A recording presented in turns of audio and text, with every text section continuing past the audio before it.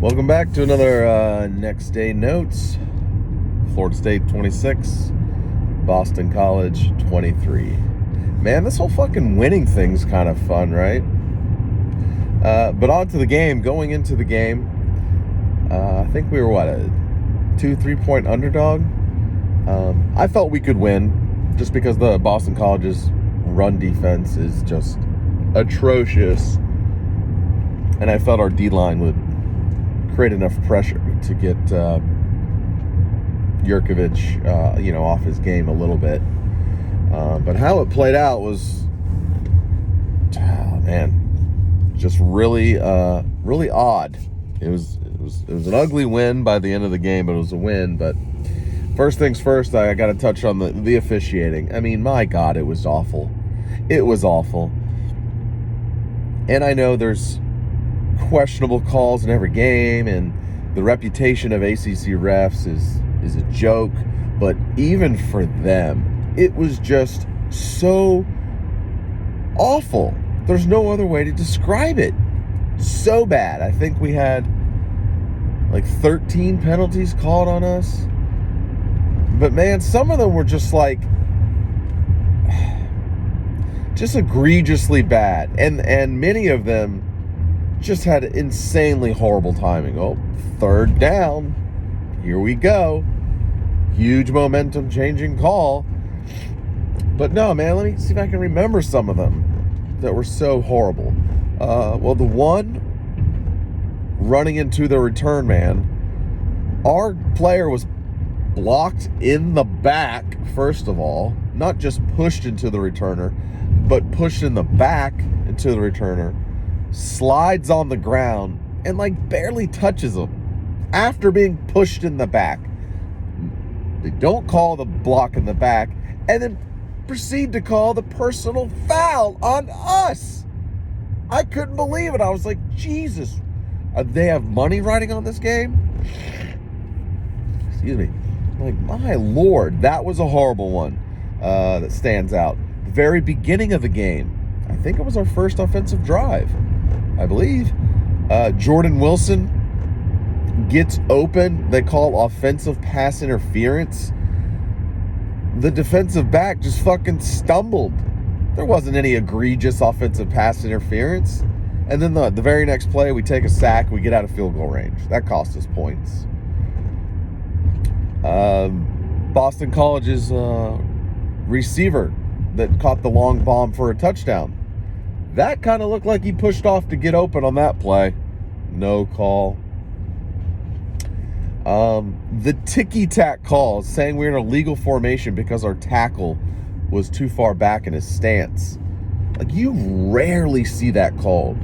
Rarely. And I think it was called on us twice. I'm like, yeah, penalty. Our tackle is 6 inches further back than he should be.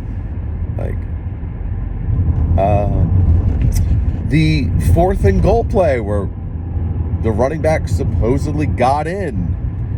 There wasn't a perfect angle, but even on the imperfect angles, it looked like, I don't think the ball crossed the line before his knee went down. Doesn't really seem that way.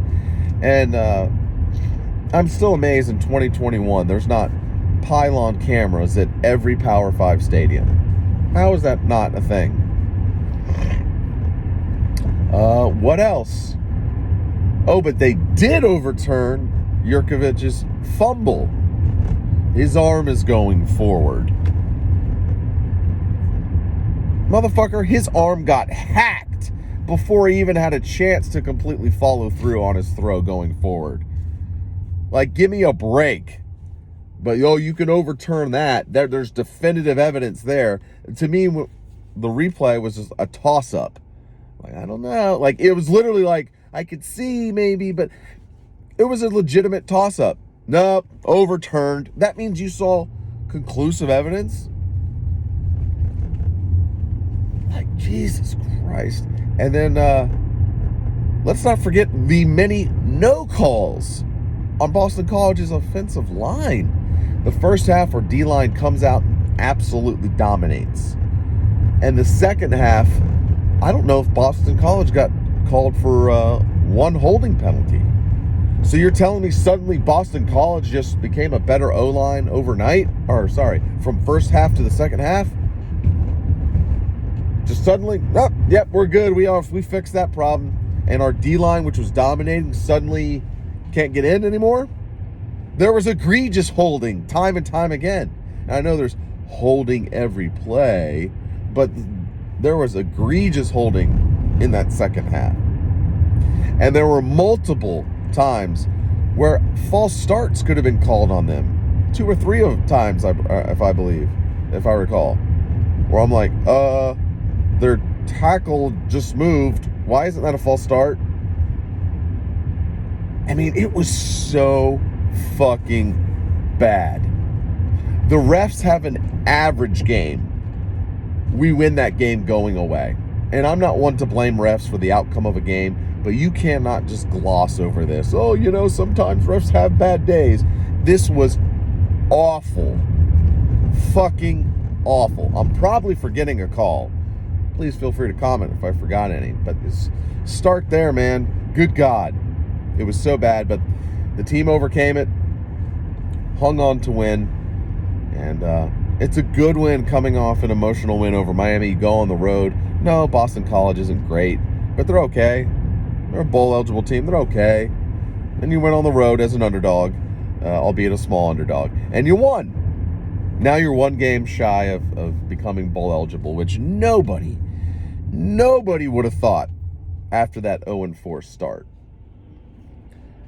And you have a chance to prevent Florida from going to a bowl next week. Next week is, everyone's joking, calling it the eligible, play on words there. But we'll talk about that game later. But back to the BC game. Offensively, man, we just moved the ball up and down the field the first half. I think we had like 240 yards at halftime. So really hard to complain much about play calling when you get that many yards in the first half. Travis, man, his last 2 games, man, he's coming along as a thrower. He really is. He looked incredibly comfortable in the pocket. I mean, how many times will we see him just kind of step up, slide left, slide right, keep his eyes downfield, make his reads, square the shoulder, make a good decision. I think he finished like 260 yards, 20 of 34, 3 passing TDs. Something you never would have guessed just a few weeks ago for him to put up those kind of passing numbers. But overall, just a very good game from him, throwing the ball, especially coming out the first drive, the scripted drive. I mean, there was beautifully designed and executed plays. He had pre-snap motions and, play fakes and leaking tight ends, that really just showing all different kind of wrinkles that first drive. And that was fun to watch. But I was surprised that our running game really couldn't get going like I thought it would, because BC's run defense is bad. Their linebackers aren't good. They were missing multiple defensive starters, defensive end, a linebacker, and I think a defensive back as well. Of course, we were without one of our offensive linemen. We had to start Brady Scott, which is like, ugh. Although he didn't do too bad. And then, of course, we lost Darius Washington towards the course of the game. But if I had one complaint, it would be that, especially in the second half, I thought we got a little too pass happy. It's like, let's not put the cart before the horse, or whatever the hell that fucking old saying is. Yes, Jordan's clearly making some progress as a passer, but we're still a run-first team if we plan on winning. We had more passes than rushes, which surprised me. I wouldn't have guessed that coming into the game. Again, give credit, Travis mostly played well throwing the ball, but there were a few times where he'd roll out and there was just green space ahead of him, and he still tried to throw it into a small window on the sideline or something like that. And it's like, man, don't forget you have legs. I get it. You're seeing some success throwing the ball, but don't forget about your legs, my dude. It's okay. It's okay to take off. If you see green, take that as 5, 6, 7 yards or whatever, and move the chains. Like, don't get too pass happy, and then that goes for him and the staff. Let's not forget our identity with one game remaining against a Florida team that is really bad against the run. if memory serves. I'd have to double check the stats. I know about the LSU game, but I want to say on the season they're weaker at run defense than pass defense. But yeah, don't forget your identity going into that game. The defense, moving over that side of the ball, man, 2 weeks in a row, man, Fuller was in his bag. Defense played great. Yeah, there was some, second half woes, but man, that D-line did work. Absolutely made Jurkovic's life hell. That's a good quarterback. He is coming back from a hand injury, but he's a good quarterback, and we made him look like a chump, like time and time again. Their best receiver, who is a legitimately good player, was mostly limited. I think he had 3 catches and that one long one, but by and large, they kept him in check. The back half of the defense, which has been, the biggest weakness of the defense. I mean, for the second week in a row, things were pretty, wrapped up in the back half of the defense. Because not every sack that our D-line got was just pure pressure right after the snap. There were some times where Jurkovic was back there and nobody open apparently because you're not pulling the trigger. And so the secondary played better for the second week in a row.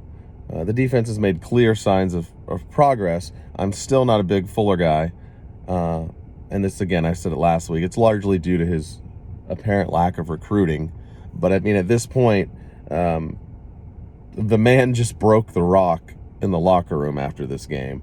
He's not getting fired. So I might as well stop talking about him getting replaced because I just don't think it's going to happen. I mean, you're not going to have the D corner, break the rock and then fire his ass. I just don't see it happening.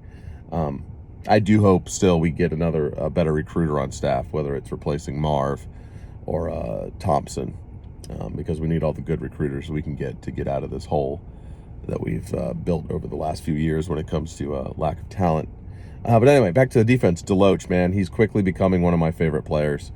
I mean, early in the year, they were kind of figuring out the linebacker rotation, and he was making flashes. Who's that 20 there, But now that we're almost at the end of the season, the guy cemented himself as not just a starter, but one of the better players on defense, excluding the D-line. But he was all over the field. Yes, he can still, be a little suspect in pass coverage, but he has very good instincts. He triggers downfield really well. He sheds blocks pretty well, and he's not the biggest linebacker in the world, but he sheds blocks really well, takes good angles, good tackler, and plays with a fucking lot of passion. He's quickly turning into one of my favorite players, and it's nice to see his development because the linebackers over the last few years have been so bad, and they're still not great, but they're getting better, at least as far as their play goes. The talent's still not where it needs to be for Florida State.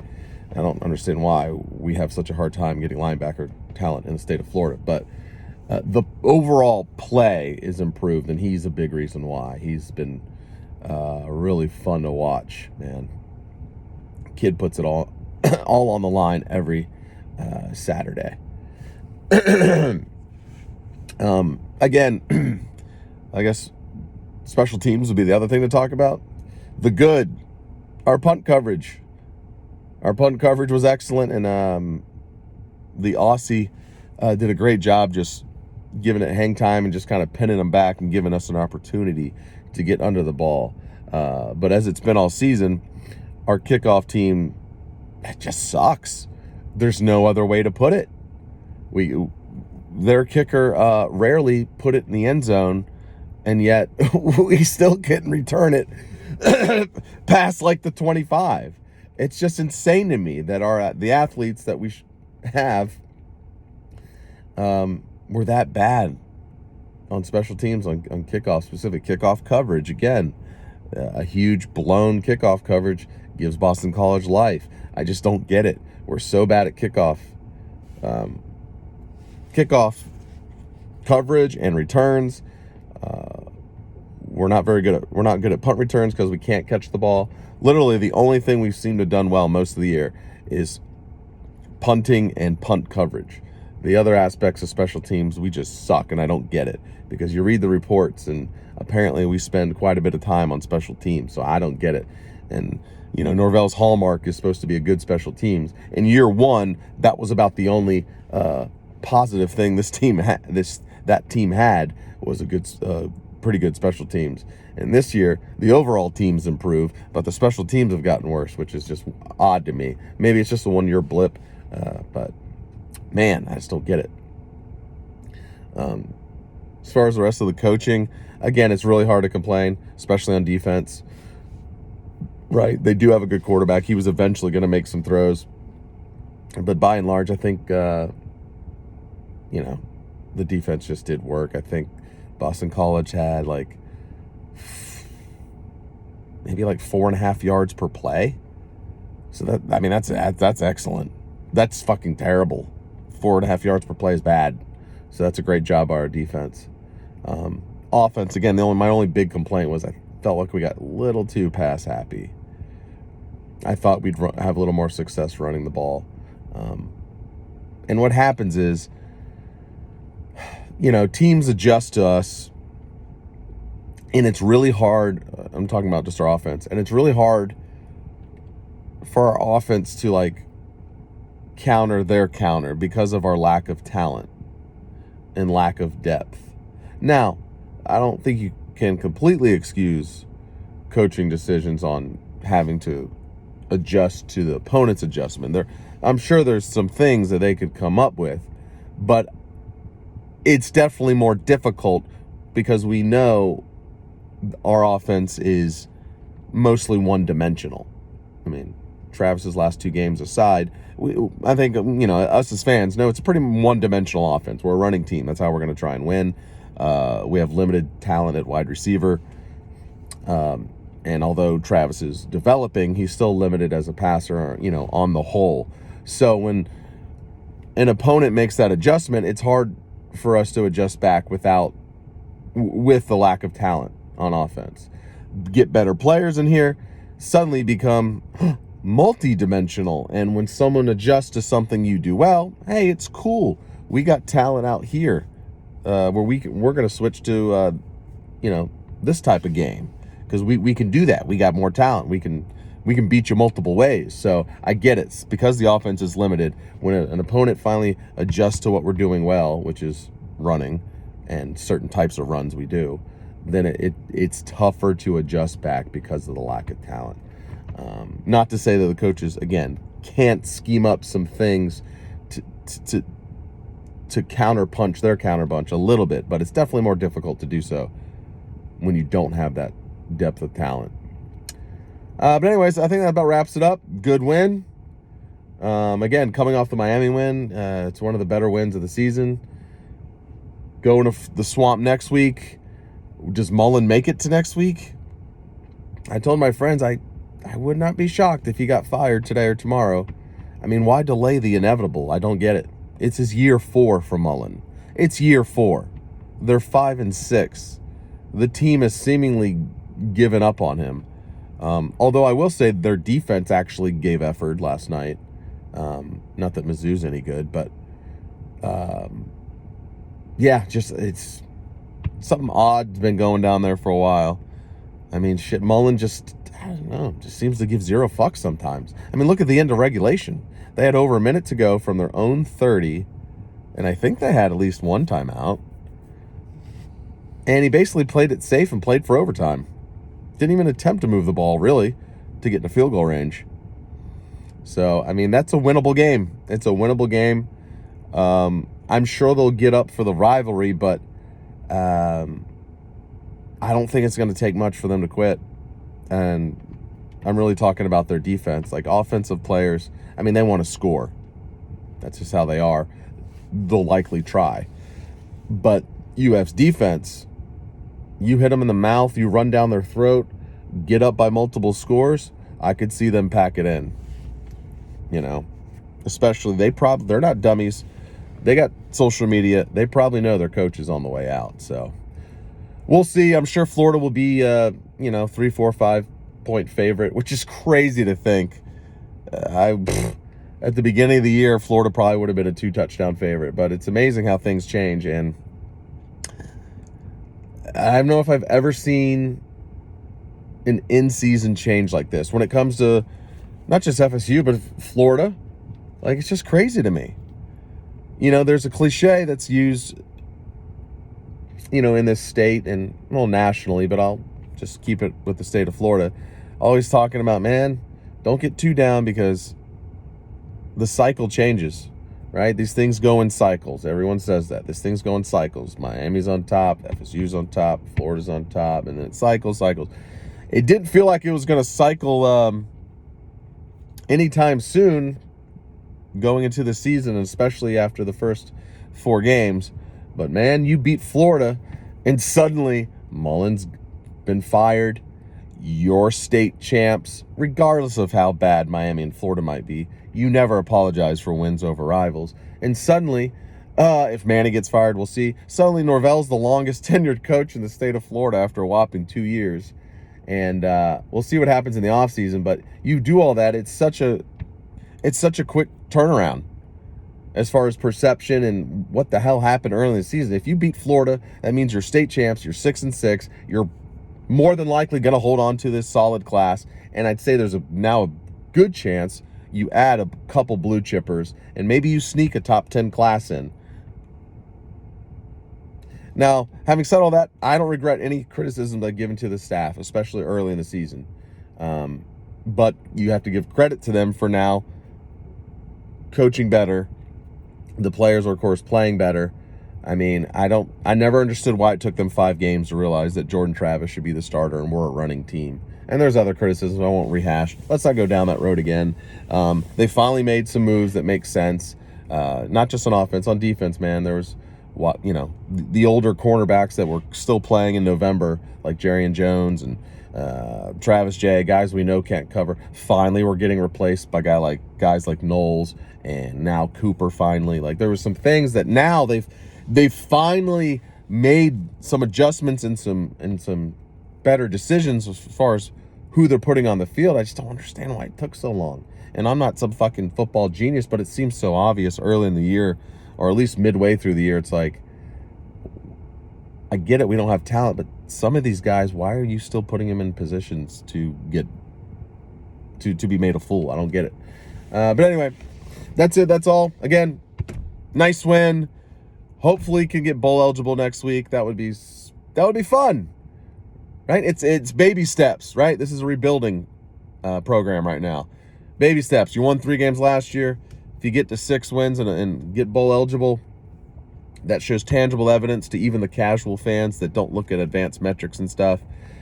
And you hit the ground running, and the climb back to the top can start in earnest. I still think this is more of a wait till 2023 type of program where you're like, aha, all right, we're looking legitimately good now. Next year we'll probably be okay, but I wouldn't expect us to be good. But anyway, let's see if we can prevent the Gators from becoming bowl eligible. They did it to us a few years ago to stop our bowl streak. Let's see if we can return the favor because, fuck Florida. And it's so funny seeing their cocky ass fans from not even their fans, some media members, how cocky they were in September and where they are now and how they've turned on Mullen. And this is stuff that, many fans like myself would tell my friends, like, dude, Mullen's not the guy. I've been telling you that since year 1. Yeah, first 2 years were great, but cream rises to the top, and he ain't cream, so he's sinking to the bottom. All right, well, that's it. That's all. Until next time.